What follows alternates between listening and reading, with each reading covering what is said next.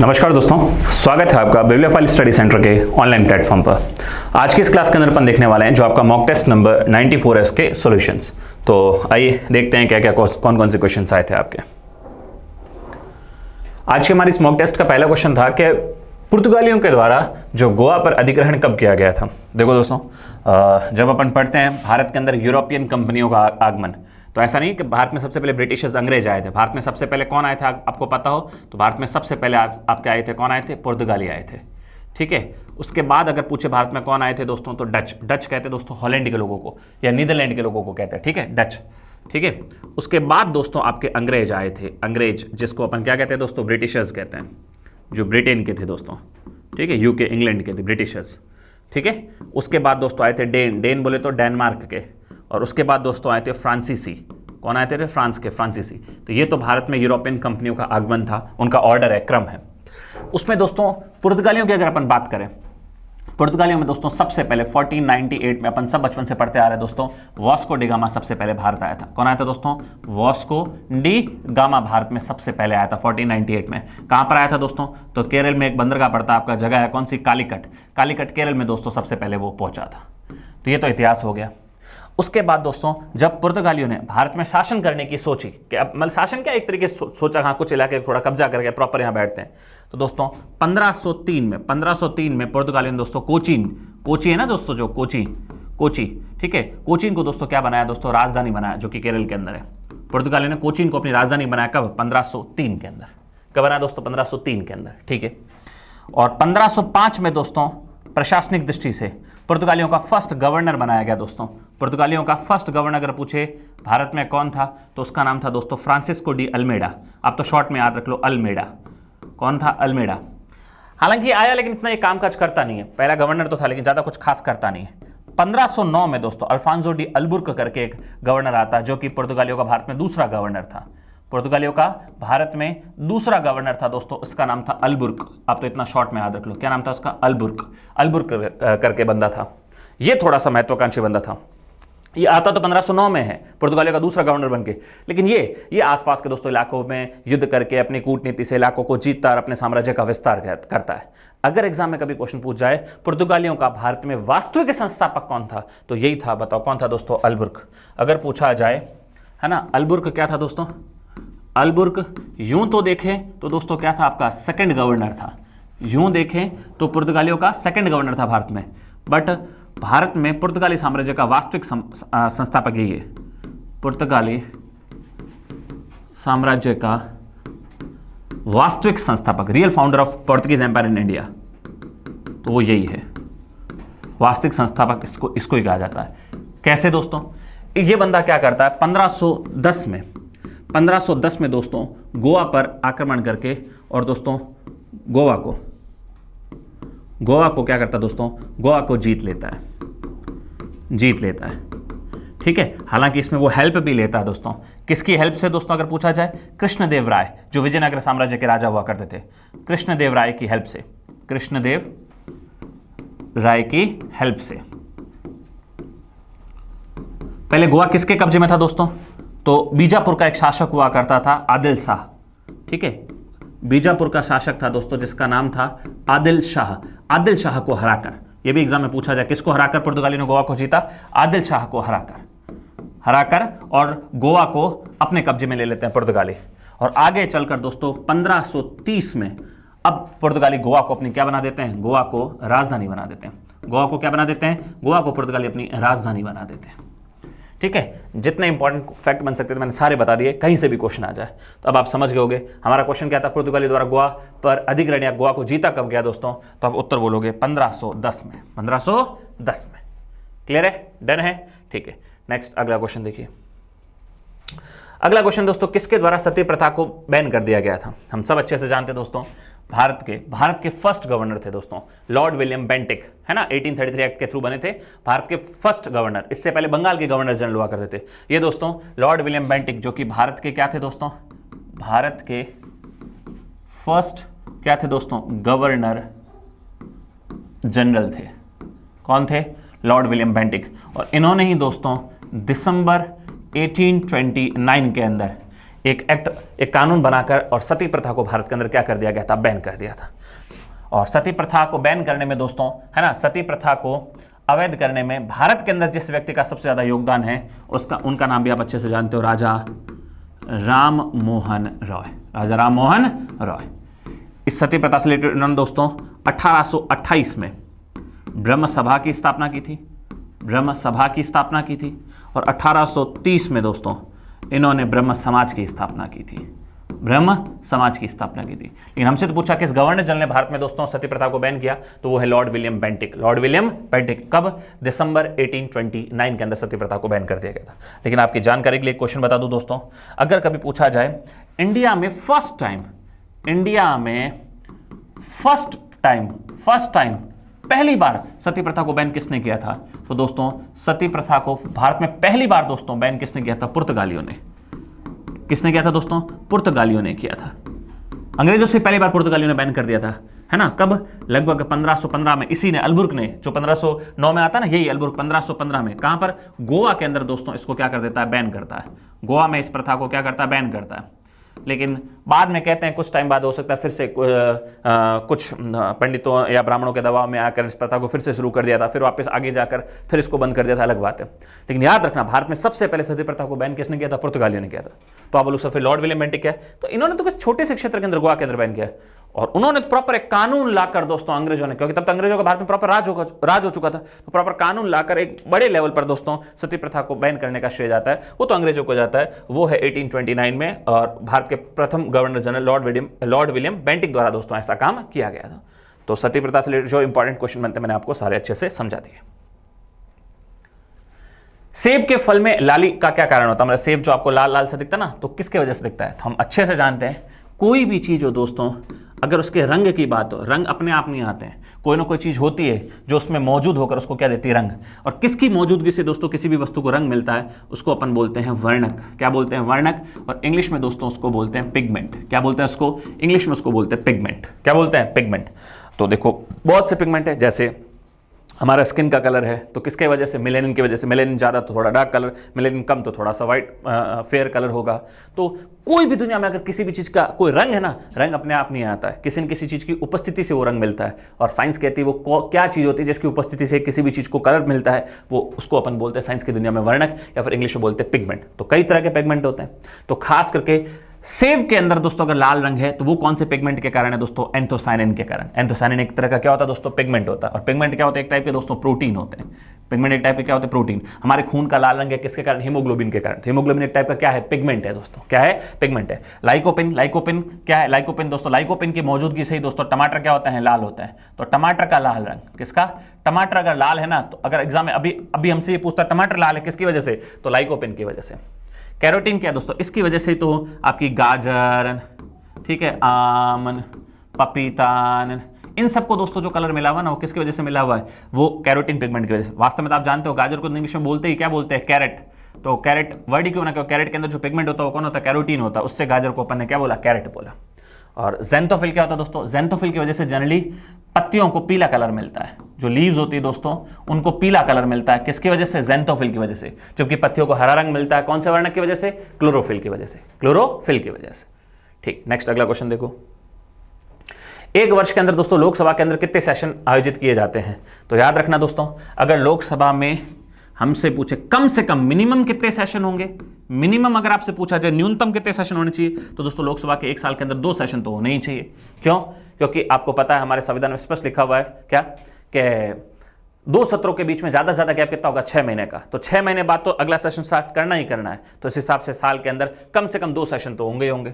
और ज्यादा से ज्यादा कितने सेशन होते हैं साल के अंदर दोस्तों, तो ज्यादा से ज्यादा मैक्सिमम एक साल के अंदर कितने सेशन होते हैं, 3। तो हमसे यही पूछा है एक कितने सत्र आयोजित किए जाते हैं, तो हम तो मैक्सिमम बोलेंगे फिर, तो उत्तर क्या आ जाएगा दोस्तों, 3 सेशन। एक साल में कितने लोकसभा के जनरली सेशन आयोजित किए जाते हैं, आपके 3 session, budget session, monsoon session और आपके शीतकालीन बोले तो विंटर सेशन। अभी शीतकालीन सत्र चल ही रहा, आपको पता हो तो।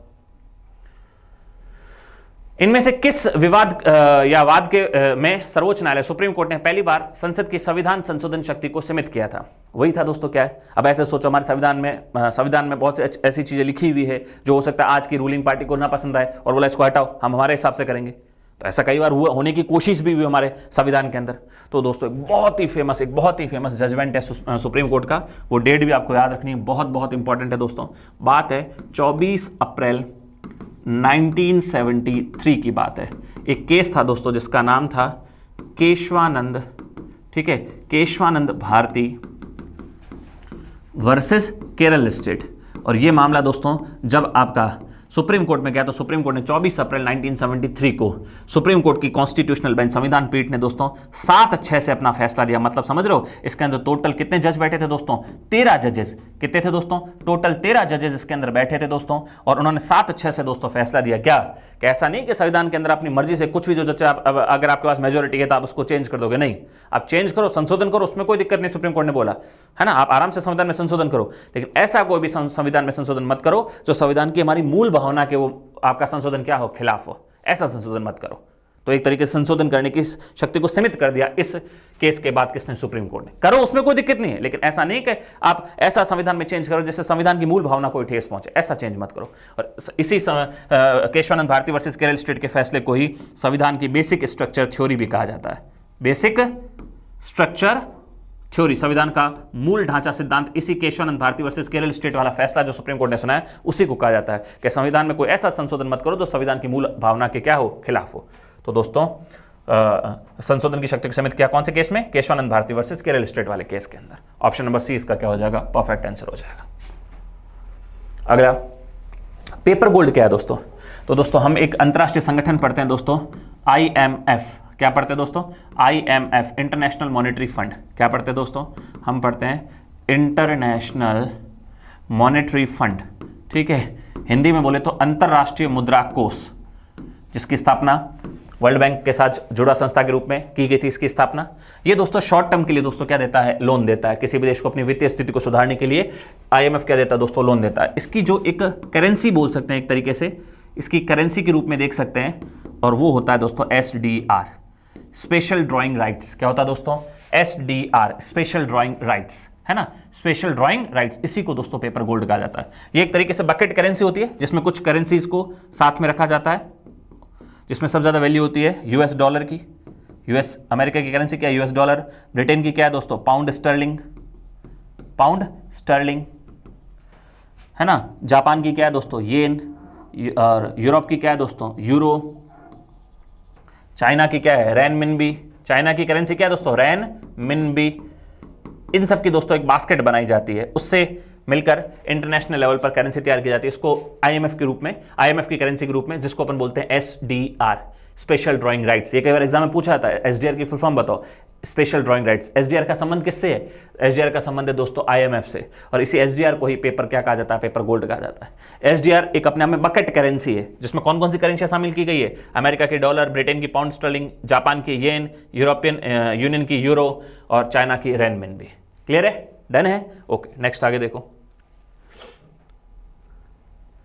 इसका आंसर हो गया ना, कर दिया ना इसमें, special drawing rights, option number B.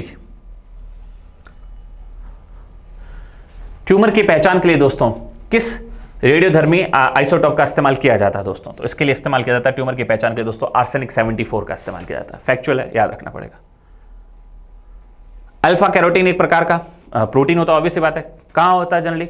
तो ये जनरली दोस्तों स्किन में होता है। वैसे कैरोटीन अपन देखते हैं जनरली तो बालों में या नाखूनों में, या थोड़ा बहुत कह सकते हो स्किन में। अल्फा अगर कैरोटीन की बात करोगे तो, ठीक है, स्किन में होता है दोस्तों। भारत इंडो ऑस्ट्रेलियन प्लेट के किस भाग पर स्थित है? तो हम सब दोस्तों जब वर्ल्ड ज्योग्राफी पढ़ते हैं तो उसमें अपन जानते हैं इंडो ऑस्ट्रेलियन प्लेट में भारत का ऊपर की तरफ है। इंडो ऑस्ट्रेलियन प्लेट का ऊपर वाला हिस्सा ही टूट कर जाके, है ना, हिमालय से जाके टकराया, हिमालय का निर्माण हुआ जिसमें यूरेशियन प्लेट से जाके टकराया। तो इंडिया कहाँ पर दोस्तों? ऊपर की तरफ है, मतलब उत्तरी तरफ है, तो ये नॉर्थ डायरेक्शन में आ जाएगा। अरे भाई आपने पढ़ा है ना, ये है आपकी, जैसे ये पूरी पृथ्वी थी हमारी, उसमें लगभग 21 लगभग अपन देखें 21%, अगर अपन देखें 21 के 29% के समथिंग अगर अपन देखें तो लगभग क्या है? जमीन है, बाकी सब पानी है। और इसी हिस्से को अपन जानते हैं पहले क्या कहा जाता था? पेंजिया, ठीक है। फिर पेंजिया के दोस्तों क्या हुए? दो टुकड़े हुए। तो जैसे ये पेंजिया के जैसे दो टुकड़े अलग मैंने बता दी, ये पेंजिया का टुकड़ा, ठीक है। ऊपर वाला टुकड़ा क्या कहलाया? अंगारा लैंड। क्या कहलाया दोस्तों? ऊपर वाला टुकड़ा अंगारा लैंड। नीचे वाला टुकड़ा क्या कहलाया दोस्तों? आपका गोंडवाना लैंड, गोंडवाना लैंड। फिर धीरे धीरे गोंडवाना लैंड के भी टुकड़े हुए। तो इधर वाला टुकड़ा जो दोस्तों अलग हुआ उसका नाम था Indo Australian plate, Indo Australian plate. और इसी इंडो ऑस्ट्रेलियन प्लेट जो अलग हुई, इसी का ऊपर वाला ऐसा टूट कर जब ऊपर की तरफ गया तो इसी को अपन, इसी से बना दोस्तों क्या है, जो इंडिया का नीचे वाला ऐसा पूरा इंडिया इसी से बना हुआ है आपका। तो इंडिया इंडो ऑस्ट्रेलियन प्लेट के किस हिस्से में दोस्तों, ऊपर वाला मतलब उत्तरी हिस्से के अंदर है। इनमें से किस उत्प्रेरक का उपयोग दोस्तों हाइड्रोजनीकरण प्रक्रिया के अंदर करते हैं? हाइड्रोजनीकरण प्रक्रिया जैसे दोस्तों वेजिटेबल ऑयल वगैरह बनाया जाता है, हाइड्रोजनाइजेशन, ठीक है। तो उसमें किस कैटलिस्ट का इस्तेमाल करते हैं? बहुत ही रिपीटेड क्वेश्चन है और इसमें इस्तेमाल किया जाता है दोस्तों किसका? निकेल का, ठीक है। कैटलिस्ट वो होते हैं जो खुद किसी प्रोसेस में भाग नहीं लेते हैं लेकिन उसकी रेट को क्या करते हैं, प्रभावित करते हैं। तो याद रखना हाइड्रोजनीकरण में किस उत्प्रेरक या कैटलिस्ट का इस्तेमाल किया जाता है? तो निकेल का किया जाता है, जिससे आपके वेजिटेबल ऑयल वगैरह बनाए जाते हैं, ठीक है। नेक्स्ट अगला क्वेश्चन देखो, ग्रीन हाउस गैसों की संकल्पना किसने की थी? ग्रीन हाउस गैसेस के बारे में किसने बताया था दोस्तों? तो बताया था जोसेफ फॉरियर ने।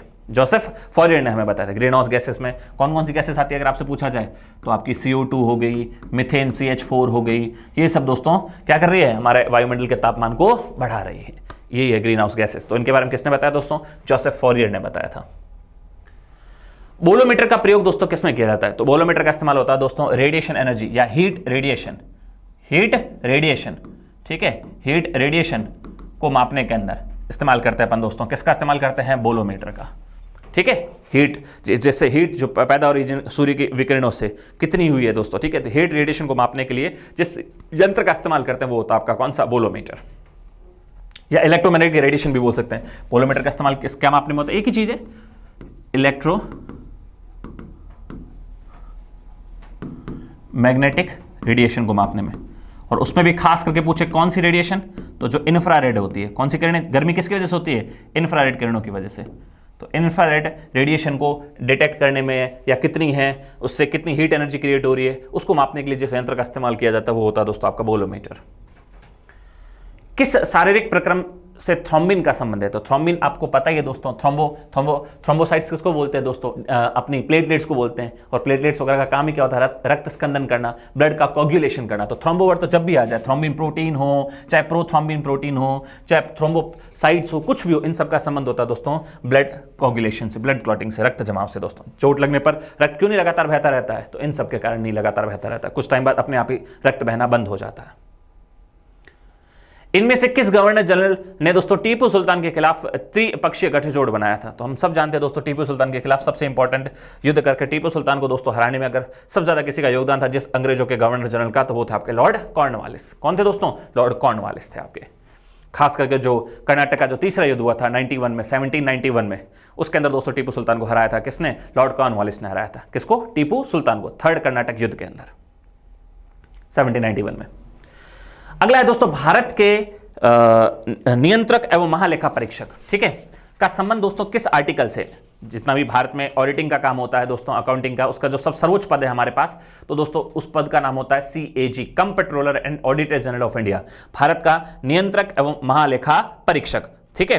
तो हमसे पूछा दोस्तों कि इसका संबंध कौन सा आर्टिकल से है? तो दोस्तों याद रखना CAG, comptroller and auditor general of India, इसका संबंध दोस्तों आर्टिकल 148 से लेकर आर्टिकल 151 तक है, ठीक है। और शुरुआत आर्टिकल 148 से होती है जिसमें बोला जाता है कि CAG की जो नियुक्ति की जाती है वो किसके द्वारा की जाती है दोस्तों? राष्ट्रपति द्वारा। किसके द्वारा? राष्ट्रपति के द्वारा दोस्तों क्या की जाती है? CAG की नियुक्ति की जाती है, ठीक है। जिसका जिक्र पूरे CAG के बारे में जिक्र आर्टिकल 148 से 151 के अंदर, इसमें नियुक्ति का जिक्र 148 के अंदर है। अब CAG की अगर अपन बात करें दोस्तों, हमसे पूछा जाए भारत के फर्स्ट CAG कौन थे? फर्स्ट CAG कौन थे? तो दोस्तों उनका नाम था नरहरि राव। क्या नाम था दोस्तों? नरहरि राव, वी नरहरि राव दोस्तों भारत के फर्स्ट CAG थे 1948 से दोस्तों 1954 तक। तुमसे पूछे आज की तारीख में भारत के CAG कौन है? तो आज की तारीख में जो भारत के CAG है वो 15 नंबर के हैं। वर्तमान में जो भारत के CAG हैं, ये करंट का क्वेश्चन भी आ सकता है, अभी हाल ही में दोस्तों बने हैं 21 नवंबर 2024 से, 21 नवंबर 2024 को ही बने हैं दोस्तों। उनका नाम है के संजय मूर्ति। क्या नाम है दोस्तों? के संजय मूर्ति, के संजय मूर्ति, ये भारत के नए दोस्तों क्या बने सीएजी, ये मैं आपको बता देता हूं, एग्जाम में क्वेश्चन आए तो याद रखना। अभी वर्तमान में हाल ही में भारत के नए सीएजी कौन बने, controller auditor general of India, तो के संजय मूर्ति दोस्तों भारत में हाल ही में नए सीएजी बने हैं। इससे पहले कौन थे दोस्तों, अगर आपसे पूछा जाए 14वें नंबर के कौन थे, तो वो थे दोस्तों गिरीश चंद्र मुर्मू। कौन थे, वो थे गिरीश चंद्र मुर्मू, गिरीश चंद्र मुर्मू 14th नंबर के थे। बट वर्तमान में आज की तारीख में कौन है दोस्तों, के संजय मूर्ति। ठीक है, तो मैंने जितना इससे इंपॉर्टेंट फैक्ट थे सारे बता दिए। तो बताओ सीएजी का जिक्र कौन सा आर्टिकल में, 148 में। ठीक है, डन है, ओके। नेक्स्ट आगे देखो, अगला क्या है। अगला हमसे पूछा है दोस्तों कि द्वैताद्वैतवाद है ना, इसका ये किससे संबंधित है अगर आपसे पूछा जाए दोस्तों। ठीक है, द्वैताद्वैतवाद है दोस्तों, ये जो सिद्धांत है, अगर आपसे पूछा जाए कि द्वैताद्वैतवाद का संबंध दोस्तों किससे है, तो दोस्तों द्वैताद्वैतवाद का संबंध है दोस्तों वो है आपके निम्बार्काचार्य से। किससे दोस्तों, निम्बार्काचार्य से। देखो मैं बता देता हूँ, ये कई बार एग्जाम में क्वेश्चन पूछ लिया जाता है, जैसे शंकर है जिसको शंकराचार्य जी बोलते हैं दोस्तों। ठीक है, शंकराचार्य ने कौन सा सिद्धांत दिया था दोस्तों, तो इन्होंने दिया था अद्वैतवाद। ये भी बहुत बार एग्जाम में पूछा जाता है, कौन सा सिद्धांत दिया था दोस्तों, अद्वैतवाद, याद रखना अद्वैतवाद। ठीक है, अद्वैतवाद। इन्होंने बताया कि आत्मा और ब्रह्मा एक ही है, बस इसमें कोई अलग अलग नहीं है, एक ही चीज है। आत्मा और जो ब्रह्मा है, भगवान है, ईश्वर, वो एक ही चीज है। ठीक है, तो ये शंकराचार्य जी ने दोस्तों कौन सा सिद्धांत दिया था, तो शंकराचार्य जी ने जो दोस्तों जो सिद्धांत दिया था वो था आपका कौन सा, अद्वैतवाद। फिर उसके बाद दोस्तों आपका जो रामानुजाचार्य जी है, जो आपके रामानुजाचार्य हैं दोस्तों, रामानुजाचार्य जी हैं दोस्तों, इन्होंने विशिष्ट अद्वैतवाद का सिद्धांत दिया था। कौन सा दिया था, विशिष्ट अद्वैतवाद का सिद्धांत दिया था उन्होंने, विशिष्ट अद्वैतवाद का सिद्धांत दिया था। किसने, वो दिया था दोस्तों रामानुजाचार्य जी ने। क्लियर है। देन उसके बाद अगर अपन बात करें विशिष्ट, एक सेकेंड है ना, देन उसके बाद अगर अपन बात करें आपके जो शंकराचार्य हो गए, हाँ अगली बात करते हैं माधवाचार्य जी की। कौन दोस्तों, माधवाचार्य जी, इनसे कभी रिलेटेड पूछ लिया जाए तो माधवाचार्य जी का दोस्तों, अगर आपसे पूछा जाए कि माधवाचार्य जी दोस्तों थे है ना, उनका कौन सा सिद्धांत है, अगर आपसे पूछ लिया जाए कि माधवाचार्य जी है ना, उनका कौन सा सिद्धांत है, अगर आपसे ये पूछ लिया जाए तो फिर क्या उत्तर बोलोगे दोस्तों, तो माधवाचार्य जी का जो दोस्तों सिद्धांत है वो ओनली है द्वैतवाद। कौन सा वाद है दोस्तों, ओनली बोलोगे आपका कौन सा दोस्तों, द्वैतवाद। क्लियर है, डन है। तो रामानुजाचार्य जी का पूछे तो दोस्तों याद रखना, बताओ कौन सा आपका, विशिष्ट अद्वैतवाद। शंकराचार्य जी का पूछे दोस्तों तो ओनली अद्वैतवाद। माधवाचार्य जी का पूछे तो अद्वैतवाद नहीं, द्वैतवाद। द्वैत मतलब यहां पर दो, मतलब इन्होंने आत्मा और ईश्वर को क्या माना, अलग अलग माना है, कि आत्मा अलग है और ब्रह्मा अलग है, वो सभी आत्मा को कंट्रोल करते हैं। जबकि अद्वैतवाद, अद्वैत मतलब दो अलग अलग नहीं है, ये कौन मानते हैं दोस्तों, ये मानते हैं शंकराचार्य। शंकराचार्य जी बोलते हैं कि नहीं, ईश्वर और आत्मा अलग अलग नहीं है, अद्वैतवाद नहीं है यहां पर। लेकिन माधवाचार्य जी उल्टा बोलते नहीं, द्वैतवाद, अलग अलग चीज है, आत्मा अलग है और इन सबको कंट्रोल करते हैं भगवान, जो ब्रह्मा जी से उन्होंने उनको रिलेट किया है। क्लियर है। तो मैं उम्मीद करता हूं कि आपको अच्छे से समझ में आ गया होगा क्या कहानी और क्या कहानी नहीं है। क्लियर है, डन है। और इसमें भी अगर मैं आपसे बोलूं, एक होता है शुद्धता द्वैतवाद। कौन सा होता है दोस्तों, द्वैतवाद में भी कौन सा, शुद्धता द्वैतवाद या शुद्ध द्वैतवाद। ठीक है, और यह सिद्धांत था दोस्तों किसका, वल्लभाचार्य जी का, वल्लभाचार्य जी का। ये एग्जाम में क्वेश्चन आता ही आता है दोस्तों इनसे। तो कितने हो गए दोस्तों आपके सामने, 1 2 3 4 और 5वां हो गया दोस्तों द्वैताद्वैतवाद। और ये किसने दिया था, निम्बार्काचार्य जी ने। तो इनमें से कभी भी कुछ भी पूछ ले आप आराम से बता देना, या कभी मैच द फॉलोइंग का आ जाए तो भी आप, मैं उम्मीद करता हूं आराम से आप बता दोगे। क्लियर है, बोलो डन है, ठीक है। नेक्स्ट अगला क्वेश्चन देखते हैं दोस्तों, क्या कहानी नहीं है। क्लियर है ना, क्योंकि बहुत इंपॉर्टेंट है, याद रखना इसको, आपको बहुत बहुत अच्छे से समझना है, क्या कहानी नहीं, इसको बहुत ही अच्छे से समझना है। चलो देखते हैं क्या कहानी नहीं है।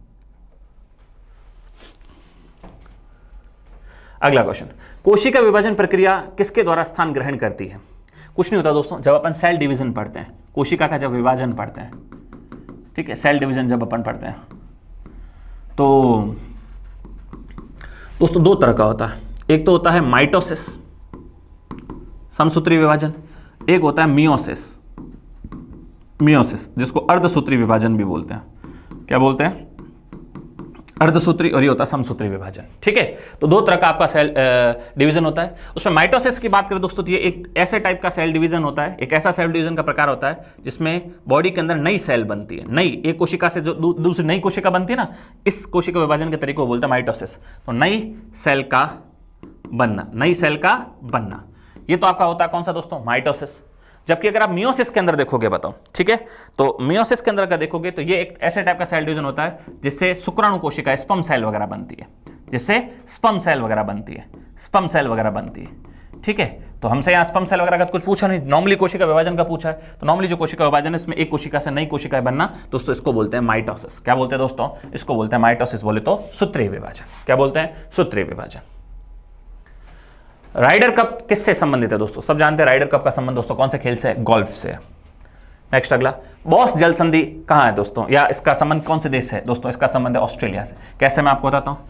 अगर आप दोस्तों वर्ल्ड का मैप देखोगे, उसमें अगर नीचे की तरफ इधर से ऑस्ट्रेलिया देखोगे, अब इस ऑस्ट्रेलिया को अगर मैं बाहर निकालूं, ठीक है, तो ये है जैसे आपका दोस्तों क्या है, ऑस्ट्रेलिया है। ऑस्ट्रेलिया का दोस्तों एक टुकड़ा, एक द्वीप है दोस्तों, जो नीचे से अलग से, एक अलग से और नीचे है। ये भी ऑस्ट्रेलिया है, ये ऑस्ट्रेलिया की मुख्य भूमि है, ये ऑस्ट्रेलिया का मेन लैंड है। ठीक है, ये ऑस्ट्रेलिया का क्या है बताओ, ऑस्ट्रेलिया का ये मेनलैंड है। और दोस्तों नीचे की तरफ एक द्वीप है जो भी ऑस्ट्रेलिया का ही भाग है, इसका नाम है तस्मानिया। क्या नाम है दोस्तों, इसका नाम है तस्मानिया। ठीक है, अब बोलो बिल्कुल ठीक है। अब दोस्तों क्या है, अब एक्चुअल में क्या है, इधर की तरफ भी पानी है, ठीक है, इधर की तरफ भी पानी है, और इधर की तरफ भी पानी है। तो दोस्तों ये जो पानी है इसका नाम है दक्षिणी सागर। बोलो क्या नाम है इसका, इसका नाम है दक्षिणी सागर, बोले तो सदन सी, सदन सी। और इसका नाम है दोस्तों तस्मान सागर, तस्मान सी, तस्मान सागर, तस्मान सी। तो आप जानते हो दोस्तों, स्ट्रेट बोले तो जल संधि का काम ही क्या होता है। अगर आपसे पूछा जाए जल संधि का काम ही क्या होता है दोस्तों, तो जल संधि का काम ही होता है दो जल राशियों को आपस में जोड़ना। तो बताओ, यहां पर भी कोई ना कोई क्या है दोस्तों, यहां पर भी कोई ना कोई क्या है, पानी है, यहां पर भी कोई ना कोई क्या है दोस्तों, पानी है।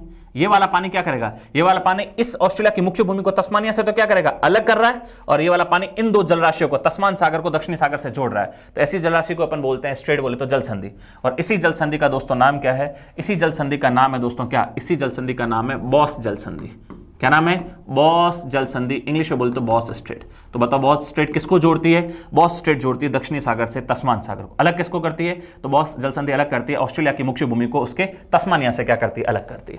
तो अब आप ओवरऑल बता दो क्या है, कितना लल्लू सा क्वेश्चन पूछा है। बॉस जल संधि का हमसे सिर्फ इतना पूछा, संबंध किससे, तो इसका संबंध किससे दोस्तों, ऑस्ट्रेलिया से।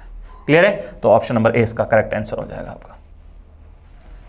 अगला, एक्साइज ड्यूटी किस पे लगाई जाती है, तो एक्साइज ड्यूटी है ना, एक्साइज ड्यूटी का मैंने आपको पिछले कई मॉक टेस्ट में बताया। एक्साइज ड्यूटी का मतलब होता है वस्तुओं के उत्पादन पर टैक्स, वस्तुओं के उत्पादन पर, प्रोडक्शन पर टैक्स लगता है। तो वस्तुओं के आयात पर नहीं, बिक्री पर नहीं, वस्तुओं के निर्यात पर नहीं, उत्पाद पर है ना, उत्पाद नहीं उत्पादन होगा, बहुत बेहतर वर्ड क्या है, उत्पादन पर। इंग्लिश में सही लिखा है प्रोडक्शन ऑफ गुड्स, हिंदी में क्या होगा, वस्तुओं के उत्पादन पर, नॉट उत्पाद, प्रॉपर वर्ड है, वस्तुओं के उत्पादन पर जो टैक्स लगता है उसी को बोलते हैं अपन कौन सी ड्यूटी, एक्साइज ड्यूटी। ठीक है, नेक्स्ट अगला देखो, अंतर्राष्ट्रीय कॉफी दिवस हर साल कब मनाते हैं दोस्तों, अंतर्राष्ट्रीय कॉफी दिवस मनाते हैं हर साल 1 अक्टूबर को। ये तो बेसिक सा फैक्चुअल क्वेश्चन है। अक्टूबर 2024 में जमैका के प्रधानमंत्री की भारत में यात्रा हुई, बिल्कुल। तो उन्होंने कितने एमओयू है ना, मेमोरेंडम ऑफ अंडरस्टैंडिंग, कितने समझौतों पर हस्ताक्षर किए। तो ये फैक्चुअल क्वेश्चन दोस्तों, ये भी याद रखना है, 4 समझौतों पर दोस्तों जमैका के प्रधानमंत्री ने हस्ताक्षर किए। अगला, अभी हाल ही में दोस्तों किस देश ने है ना बिजली व्यापार को सुविधाजनक बनाने के लिए एक त्रिपक्षीय समझौते पर हस्ताक्षर किए हैं, जिसमें से हर एक को दोस्तों 6.4 सेंट प्रति यूनिट के निश्चित दर पर अपनी बिजली का पे करना पड़ेगा, निर्यात करने की अनुमति मिल गई है। तो वो कौन से 3 देश है दोस्तों जिसने मिलकर ये फैसला किया है, तो वो 3 देश है दोस्तों आपके नेपाल, भारत और बांग्लादेश। ऑप्शन नंबर सी इसका क्या हो जाएगा दोस्तों, परफेक्ट आंसर हो जाएगा, Nepal, India and Bangladesh. Factual है दोस्तों, जिसमें समझाने का उसमें समझा रहा हूँ, चाहे छोटे छोटे फैक्ट्स है वहां पर, ओनली फैक्ट्स देख रहे हैं। अगला, हाल ही में दोस्तों बीसीसीआई की भ्रष्टाचार निरोधक इकाई है जो है ना, एंटी करप्शन यूनिट है दोस्तों, इसका हेड किसको बनाया गया है, तो इसका दोस्तों हाल ही में हेड बनाया गया शरद कुमार को। किसको बनाया गया है, शरद कुमार को दोस्तों इसका हेड बनाया गया।